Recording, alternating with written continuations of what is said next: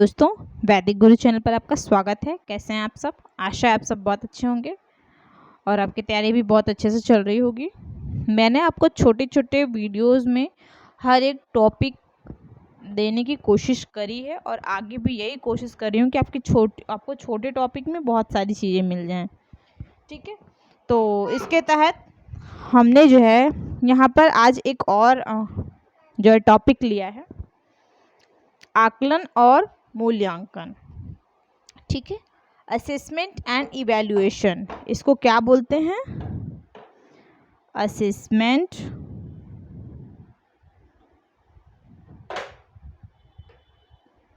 And evaluation.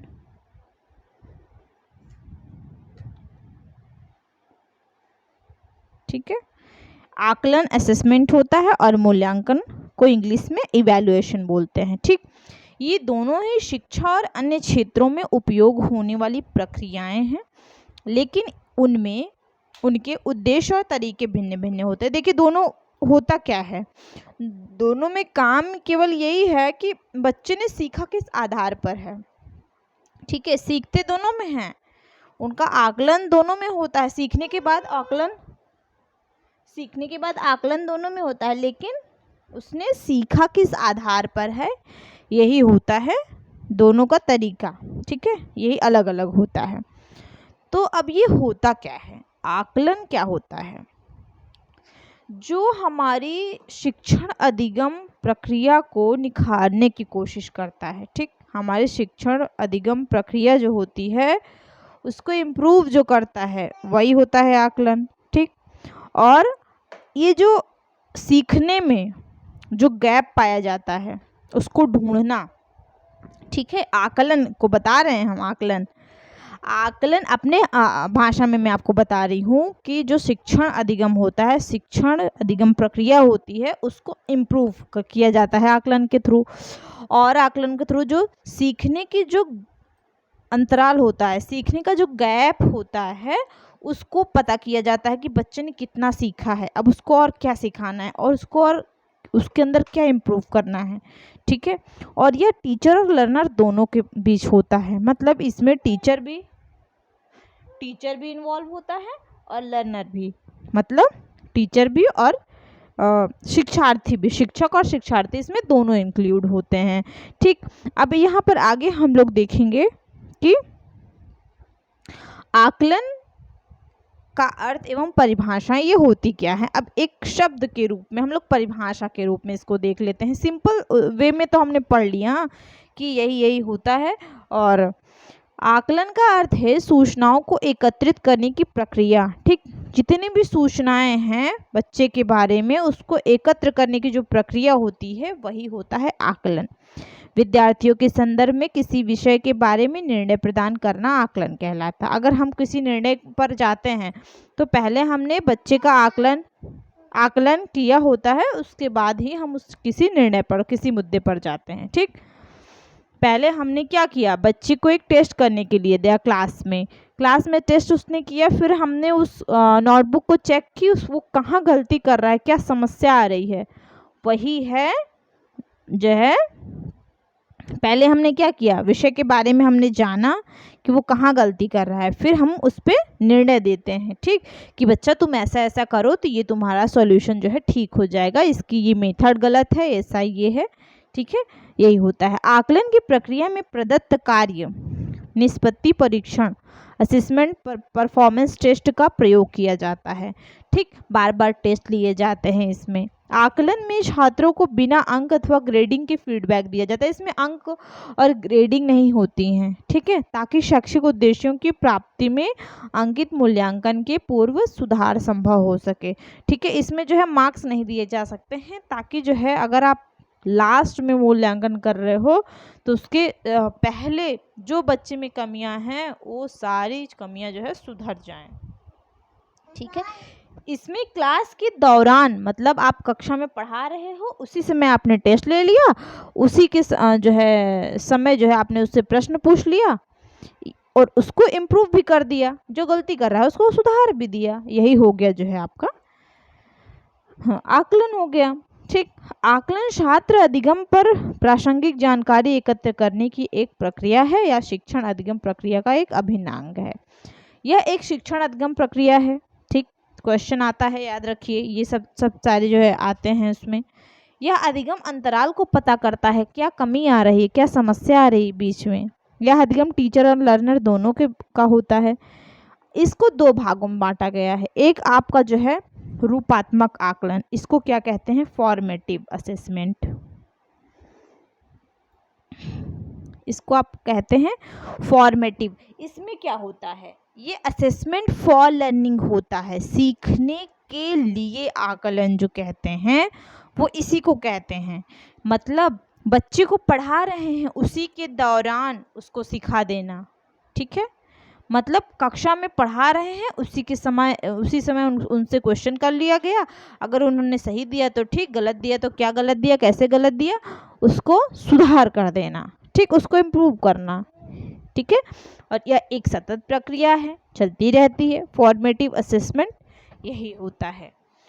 और आपका ये जो दूसरा है योगात्मक आकलन, इसको क्या कहते हैं, ये आपका एक तरह का समेटिव असेसमेंट होता है, इसको योगात्मक कहते हैं। इसी से इसको ध्यान रखिए कि जो समेटिव योग कर रहे हैं, ठीक, योग कर रहे हैं, मतलब यह एक बंद प्रकार की क्रिया होती है। हमने लर्निंग कर ली, खत्म हो गया, रिजल्ट दे दिया। ठीक है, यह क्या करता है, रिजल्ट दे दिया। बोर्ड का एग्जाम हुआ, अब बोर्ड के एग्जाम के बाद आप उसमें कुछ कर सकते हो, कुछ नहीं कर सकते। सही गलत जो आपने लिखा, आपका सीधा रिजल्ट आएगा, आप उसमें कुछ सुधार नहीं कर सकते। और फॉर्मेटिव असेसमेंट के क्या कर सकते हो, इसमें सुधार हो सकता है। ठीक है, सुधार हो सकता है, इसमें टेस्ट होते हैं। ठीक है, बार बार टेस्ट होते हैं, री एग्ज़ाम होते हैं, यह लगातार चलती रहती है। ठीक है, ये होता है इसमें जो फॉर्मेटिव असेसमेंट में। जैसे कि आप पढ़ रहे हैं क्लास में, जो है टीचर से पढ़ रहे हैं, और टीचर जो है उसमें अगर आपने कुछ गलती की, टीचर ने सुधार कर दिया। ठीक, ये आपका जो है, और एक नॉर्मल सा टेस्ट, ये आपका रूपात्मक आकलन में आ जाता है। ठीक है, और एक चीज होता है, ये जो योगात्मक आकलन होता है, ये आपका टर्म एंडेड होता है। ठीक है, एंड हो गया, आपने बोर्ड का एग्जाम दे दिया, आपने टीईटी का एग्जाम दे दिया, यूपी टीईटी का पेपर होगा, सीटेट का पेपर होगा, आपने दे दिया, खत्म, उसमें सुधारा नहीं जा सकता। हो सकता है क्या सुधार, नहीं कर सकते। आप पेपर लिख के आए, उसी टाइम जब आप पेपर दे रहे हो उसी में जो करो करो, उसके बाद आप कुछ नहीं कर सकते। वो एक योगात्मक, मतलब योग कर लिया आपने एक तरह से। आप ये इसका ट्रिक जानिए कि आपने योग कर लिया, योग करने के बाद आपको क्या आएगा, रिजल्ट। 1 + 1 किया तो यह 2 क्या आ गया, आप रिजल्ट आ गया। इसमें आप कुछ कर सकते हो नहीं, 2 ही आएगा। ठीक है, 1 और 1 11 नहीं कर सकते, 2 ही आएगा। ये योग, मतलब ये योग के प्रकार की जो है प्रक्रिया है। ठीक है, मतलब इसमें क्या होता है, क्वेश्चन किया, आंसर आ गया, अब एंड, ठीक, खत्म। ये इसको चेंज नहीं किया जा सकता। और एक चीज क्या होता है इन दोनों में, ये जो रूपात्मक आकलन फॉर्मेटिव असेसमेंट होता है, इसको हम समेटिव में चेंज कर सकते हैं। मतलब हम इसको योगात्मक आकलन में बदल सकते हैं, लेकिन जो योगात्मक आकलन होता है उसको रूपात्मक आकलन नहीं कर सकते। ठीक है ना, अब ये समझ में आया कि मतलब फॉर्मेटिव असेसमेंट को हम समेटिव में चेंज कर सकते हैं, लेकिन जो योगात्मक योग आ गया तो हम उसको रूपात्मक में नहीं बदल सकते। ठीक है,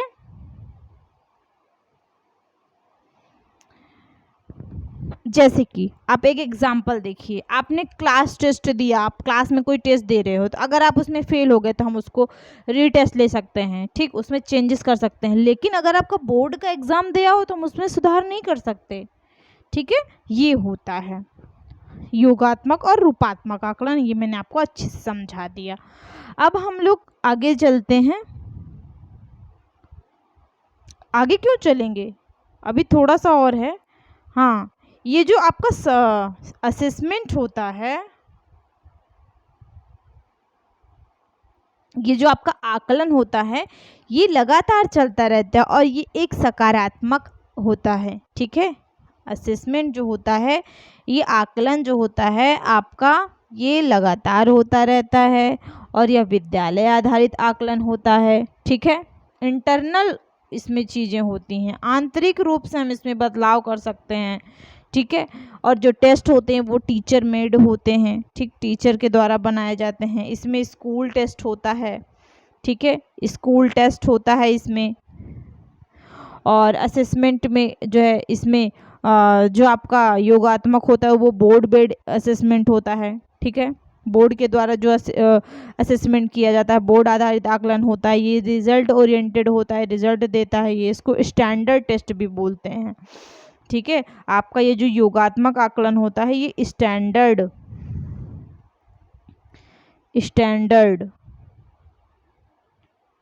DARD स्टैंडर्ड टेस्ट होता है। ठीक है, लेकिन ये जो रूपात्मक आकलन होता है ये नॉन स्टैंडर्ड बोला जाता है इसको। स्कूल बेस्ड होता है ये। ठीक है, स्कूल बेस्ड असेसमेंट होता है ये। टीचर मेड टेस्ट होता है इसमें, और इसमें आपका बोर्ड के द्वारा होता है। और तो यही है। और आपका जो है ये असेसमेंट जो होता है वो आपका लगातार चलता रहता है। इसमें आप फीडबैक भी दे सकते हो। ठीक, एक निष्कर्ष पर पहुंचता है। अब हम आगे देखेंगे आकलन का स्वरूप। ठीक है, ये जो आकलन हम लोग करते हैं असेसमेंट, इसका स्वरूप। आकलन द्वारा यह ज्ञात किया जाता है कि बालक ने शिक्षण के अंत में सही मायने में क्या क्या सीखा। अब इसमें दोनों इंक्लूड है, मीन्स योगात्मक और रूपात्मक दोनों, उस हिसाब से हम लोग इसको पढ़ेंगे। ठीक, इसमें विश्वसनीयता होनी चाहिए, मतलब रियलिटी होनी चाहिए। ठीक है, आकलन आप किसी भी समय किसी परिस्थिति में कर रहे हो, लेकिन उसका परिणाम हमेशा समान होना चाहिए। ठीक, मतलब अगर किसी क्वेश्चन के लिए अंक दे रहे हो तो वो सभी के लिए एक अंक होना चाहिए। अगर कोई बच्चा सही कर रहा है तो उसको सही अंक, मतलब सही अंक देना है, जो नहीं कर रहा है, गलत कर रहा है, उसको नहीं देना है। इस अनुसार होना चाहिए। ठीक, उसके उत्तर के अनुसार, जिस प्रकार वो आंसर दे रहा है उस हिसाब से अंक समान होने चाहिए सभी बच्चों के। ऐसा नहीं कि अंक जो है आपके बदल जाएं। विश्वसनीयता होनी चाहिए। और जो है सेकंड, इसमें जो है वैधता, वैलिडिटी होनी चाहिए। ठीक है, मतलब जो आकलन होता है वो उन्हीं उद्देश्यों का आकलन करे जिस उद्देश्य से उसका निर्माण किया गया है। हमने इसमें जो है, इसमें प्रश्नों में प्रामाणिकता होनी चाहिए। ठीक, अगर कोई बिंदु है जो बच्चों को याद करने के लिए बनाया गया तो वो याद ही करने के लिए होना चाहिए, ये नहीं कि उस पर हम और भी कुछ तर्क करने लगें। ठीक है, और मानकीकरण, स्टैंडर्डाइजेशन। ठीक है, मतलब स्टैंडर्ड के थ्रू होना चाहिए। जिस प्रकार का बच्चा है कक्षा का स्तर के हिसाब से जो है ये होना चाहिए आकलन। ठीक है, इसमें विद्यार्थियों की जो है समय सीमा एक होनी चाहिए। ठीक है, सभी विद्यार्थियों की समय सीमा इतने ड्यूरेशन में आपको इतना काम करना है। समान प्रकार के जो प्रश्न होने चाहिए। ठीक, समान निर्देश दिए जाने चाहिए, इससे जो है ताकि सभी बच्चे समान अंक अर्जित करें। और ये व्यवहारिक भी होना चाहिए। आकलन व्यवहारिक होना चाहिए। किस प्रकार से व्यवहारिक होना चाहिए? लागत, समय और सरलता की दृष्टि से यह वास्तविक, व्यवहारिक एवं कुशल होना चाहिए। ठीक है, अभ्यास की परीक्षा में सभी स्टूडेंट को अलग अलग प्रयोग देना चाहिए, एक ही प्रयोग नहीं देना चाहिए।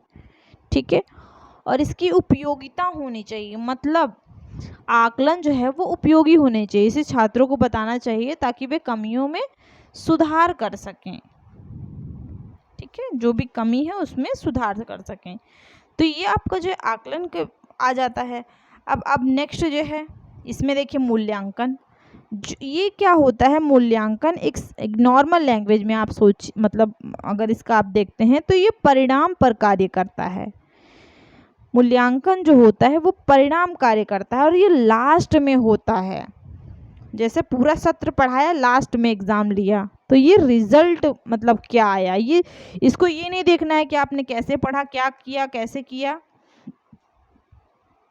इसको ये सब कुछ नहीं देखना है, इसको सिर्फ और सिर्फ रिजल्ट से मतलब है। ठीक, अंत में आपका रिजल्ट क्या आता है ये एट द एंड पॉइंट पे ख़त्म होता है। ठीक है, इसमें निर्णय लिया जाता है। ठीक, मतलब एक मानक दे दिया गया, पेपर दे दिया गया, आप पास हुए तो ठीक, नहीं पास हुए तो भी ठीक। ठीक, ये चीज़ें होती हैं इसमें मूल्यांकन में। शिक्षा में मूल्यांकन वह स्थिति है जहाँ पर बालकों की निष्पत्ति उसके द्वारा अर्जित ज्ञान तथा कौशल की मात्रा का पता लगाता है कि कितनी मात्रा में उसने कौशल अर्जित किया, तथा उसको एक श्रेणी प्रदान की जाए। रैंक जो है इसी के थ्रू आता है, मूल्यांकन में ही रैंक आता है। मूल्यांकन शिक्षा के उद्देश्यों पर आधारित रहता है। मापन द्वारा विभिन्न गुणों, योग्यताओं या विशेषताओं की परिमाण के बारे में जानकारी प्राप्त होती है। ठीक है, मूल्यांकन जो होता है वो शिक्षार्थी की क्षमताओं का आकलन करने, प्रदर्शन का विश्लेषण करने, प्रत्येक शिक्षार्थी को उचित प्रक्रिया प्रदान करने और उन्हें प्रगति मदद करने का एक व्यवस्थित तरीका है। मतलब 100 मार्क्स के क्वेश्चन दिए तो उसमें इतने मार्क्स मतलब होते हैं कि अगर आप 80 मार्क्स पा गए, 90 मार्क्स पा गए तब ठीक है। ठीक, उस हिसाब से मतलब जिस हिसाब से आप मार्क्स पाएंगे उस हिसाब से आपकी कैटेगरी जो है देखी जाएगी कि ये बच्चा ज़्यादा नंबर पाया मतलब ये पढ़ने में बहुत होशियार है। ठीक, तो ये मूल्यांकन इस हिसाब का होता है। इवैल्यूएशन बोलते हैं, इवैल्यूएशन यही होता ही है, रिजल्ट ओरिएंटेड होता है ये। ठीक है, सीधे सीधे कि सीखने के बाद आपको परिणाम जारी करता है ये। अब यहाँ पर यहाँ बहुत बड़ा मुद्दा है, ये देखने में बहुत छोटा है लेकिन ये बहुत ही अच्छा और बहुत ही हर बार क्वेश्चन में आता रहता है। सीखने के लिए आकलन, सीखने का आकलन, सीखने के रूप में आकलन, सीखने के समय आकलन। ठीक, ये सब क्या है, आइए हम लोग देखते हैं क्या है ये। सीखने के लिए आकलन ये क्या होता है, मतलब बच्चा सीखने के पहले मतलब उस सीखने के पहले उसका आकलन किया जा रहा है और दौरान। ठीक है, मतलब अगर वो पढ़ रहा है तो उससे पहले और पढ़ने के दौरान जब उसका आकलन किया जाता है तो वो सीखने के लिए आकलन होता है। यह एक तरह का सुधारात्मक आकलन भी कहा जाता है, मतलब इसमें हम सुधार कर सकते हैं। ठीक, सुधारात्मक आकलन ये होता है, ये सीखने के लिए आकलन। ठीक है, मतलब पढ़ाते समय जो टीचर बीच बीच में पूछता रहता है ये क्वेश्चन का क्या आंसर है, ये क्वेश्चन क्या आंसर है, कि बच्चे ने इसलिए पूछता है कि ताकि उसको पता चले कि बच्चे ने कितना सीखा है। ठीक है, ये सीखने के लिए आकलन, इसको इंग्लिश में क्या कहते हैं, असेसमेंट फॉर लर्निंग। ठीक है, फॉर इंग्लिश में याद रखना, फॉर जब आ गया बीच में तो यही सीखने के लिए आकलन है। मतलब कक्षा के दौरान जब बच्चा सीखता है उससे पहले जो सीखता है यही होता है सीखने के लिए आकलन। ठीक है, इसमें जो है सीखने सिखाने के पहले आकलन होता है। पूर्व ज्ञान, मतलब बच्चे ने कितना जाना, ठीक है, कितना उसके पास ज्ञान है। और ये प्रवेश परीक्षा में भी यूज़ होता है। प्रवेश परीक्षा ले रहे हो तो उसका आकलन लोगे ना, टेस्ट लोगे, कितना पता है उसको, उसके पूर्व ज्ञान की जानकारी आप लोगे तब उसको प्रवेश दोगे। ठीक है, इसमें रुचि की पहचान होती है कि बच्चा किस क्षेत्र में कितनी रुचि ले रहा है। उसकी क्षमता की जानकारी होती है कि वह कितनी जल्दी सीखेगा, कितनी उसकी क्षमता है, कितनी कैपेसिटी है, वो कितना सीख सकता है। और विषय वस्तु का चयन भी बच्चे के हिसाब से होना चाहिए। मतलब जब आप जान लोगे कि बच्चा कितने पानी में है तब उसी हिसाब से जो है विषय वस्तु को भी जो है चूज़ करोगे कि हाँ इस बच्चे के लिए इतनी चीज़ें काफ़ी हैं। शिक्षण विधि का चयन किया जाता है इसमें। ठीक है, बच्चे के हिसाब से। अब नेक्स्ट है सीखने का आकलन, असेसमेंट ऑफ लर्निंग। ठीक है, लर्निंग समझ लेना, लर्न लिख दिया है, लर्निंग जान लीजिएगा। इसमें क्या होता है सीखने का आकलन में कि मतलब सेशन खत्म हो गया, उसके बाद आपने क्या की, उसकी लास्ट में पेपर ले लिया, वार्षिक परीक्षा ले ली, ये अधिगम का आकलन है। ठीक, सीखने के बाद अंत में उसका क्या करना, आकलन करना। ये जो है कार्य के अंत में किया गया आकलन हो जाएगा। इसमें वार्षिक परीक्षा आ जाएगी। ठीक है, शिक्षण अधिगम की त्रुटियों का ज्ञान हो जाएगा कि बच्चे ने क्या क्या कमियां की। अब हमें जो है शिक्षक अधिगम की त्रुटियां, मतलब इसमें शिक्षक को सीखने की जो त्रुटि है वो ज्ञान हो जाएगा कि कितनी त्रुटियां की बच्चों ने, अभी हमें क्या सुधार करना है कि अगली बार बच्चे गलती ना करें। ठीक है, इसमें मूल्यांकन ग्रेड अंक के हिसाब से किया जाता है। ठीक, विषय वस्तु में सुधार किया जा सकता है, ये होता है। और सीखने के रूप में आकलन, नेक्स्ट आपका आता है कि सीखने के रूप में आकलन, इसमें बच्चा सेल्फ असेसमेंट करता है। ठीक, ये क्या होता है, असेसमेंट एज लर्निंग होता है। इसमें एज होता है, मतलब बच्चा खुद का आकलन करे कि वह कितना जानता है, उसके पास कितनी चीज़ें हैं, वो होता है सीखने के रूप में आकलन। ठीक है, और नेक्स्ट आपका आता है सीखने के समय आकलन। इसमें क्या होता है, सीखने के समय आकलन में तो बच्चे इसमें क्या करते हैं, ग्रुप टेस्ट के हिसाब से होता है। मतलब इसमें क्या होता है, पीयर ग्रुप डिस्कशन करके, ठीक है, पीयर असेसमेंट होता है ये, मतलब दोस्तों के साथ ग्रुप डिस्कशन करके बच्चा सीखता है। ठीक, सीखने के समय आकलन में। ठीक है, टीचर ने कहा कि तुम इतने एक चीज़ दी उनको टॉपिक, बच्चे जो है आपस में ये आप लोग जो है इसको डिस्कस करके इसका सॉल्यूशन निकालो। तो अब बच्चे जो है आपस में क्रिया प्रतिक्रिया करके एक दूसरे का मूल्यांकन करते हैं। ठीक है, एक दूसरे का आकलन करते हैं। तो ये होता है आपका सीखने के समय आकलन। इसको कहते हैं असेसमेंट एट लर्निंग हो जाएगा। ठीक है, वेरी वेरी इंपॉर्टेंट था ये, वेरी वेरी इंपॉर्टेंट, आप समझ लीजिए। ठीक, इसके बिना हर बार क्वेश्चन बनता ही नहीं है, हर बार क्वेश्चन यहाँ से आता है। ठीक है, ये बहुत इंपॉर्टेंट है। तो आप लोग वैदिक गुरु चैनल पर बने रहिए, चैनल को लाइक सब्सक्राइब और शेयर ज़रूर करिए। आज के लिए इतना ही। हमारा टेलीग्राम चैनल वैदिक गुरु के नाम से है, अगर आपको अच्छा लगा हो तो प्लीज़ उसको ज्वाइन करिए। हमारी वीडियोस आपके पास जाती हैं तो उसको आप तुरंत देखने का प्रयास करिए, बहुत बेनिफिशियल है ये सब। ठीक है, बहुत मेहनत से एक एक चीज़ें ढूंढ के आपके लिए लेकर आती हूँ, तो इसके लिए आप भी हमें सपोर्ट करिए प्लीज़। जो है मतलब आकलन से क्वेश्चन आते ही आते हैं, ये समझ लीजिए।